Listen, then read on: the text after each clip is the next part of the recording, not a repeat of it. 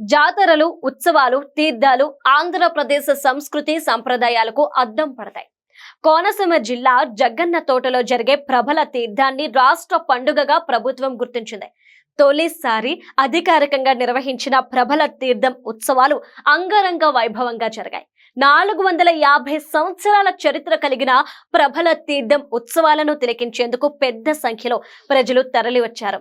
అంబాజీపేట, అయినవెల్లి, అమలాపురం ప్రాంతాలకు చెందిన 11 ఏకాదశ రుద్ర ప్రభలు ఇక్కడ కొలువు తీరుతాయి.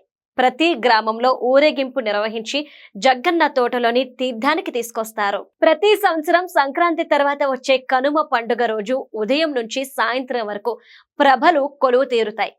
వీటిలో గంగల కుర్రు అగ్రహారం గ్రామాల నుంచి వందల కిలోల బరువైన ప్రభలను స్థానిక యువకులు భుజాలపై మోసుకుంటూ గోదావరి నది పాయల్లో ఒకటైన ఎగువ కౌశిక నదిని దాటించి తీసుకువస్తారు. రాష్ట్రంలోనే ఎత్తైన ప్రభలు అంబాజీపేట మండలంలో తయారు చేస్తారని చెప్పుకుంటారు. ఈ సంవత్సరం ప్రబల తీర్థం ఉత్సవాలకు 5 లక్షల మంది ప్రజలు తరలివచ్చారు. రాష్ట్ర పండుగ హోదా ఇచ్చిన తర్వాత ఈ ఉత్సవాలు జాతీయ స్థాయిలోనే కాక అంతర్జాతీయ స్థాయిలోనూ ప్రాచుర్యం లభిస్తోంది. జగ్గన్న తోట ప్రబల తీర్థం విశిష్టత ప్రధానమంత్రి మోదీ వరకెళ్లింది.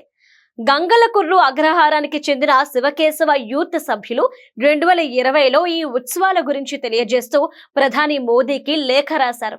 2023లో ఢిల్లీలో నిర్వహించిన రిపబ్లిక్ డే పరేడ్లో జగ్గన్న తోట ప్రబల తీర్థం శకటాన్ని ప్రదర్శించారు. ప్రధానమంత్రి నరేంద్ర మోదీ భారతీయ సంస్కృతి గురించి మాట్లాడిన సందర్భాల్లో ప్రబల తీర్థం విశిష్టతను గురించి గొప్పగా చెప్పారు. ప్రధాని మోడీకి మెచ్చిన ప్రబల తీర్థాన్ని దర్శించుకోవడానికి దేశంలోని అనేక ప్రాంతాల నుంచి భక్తులు, పర్యాటకులు తరలివస్తున్నారు. ఆంధ్రప్రదేశ్ స్టేట్ సిలబస్ 10వ తరగతి తెలుగు పాఠ్య పుస్తకంలో ప్రబల తీర్థం ప్రాధాన్యత, ప్రాచుర్యాల గురించి వివరిస్తూ ఒక పాఠ్యాంశాన్ని రూపొందించారు.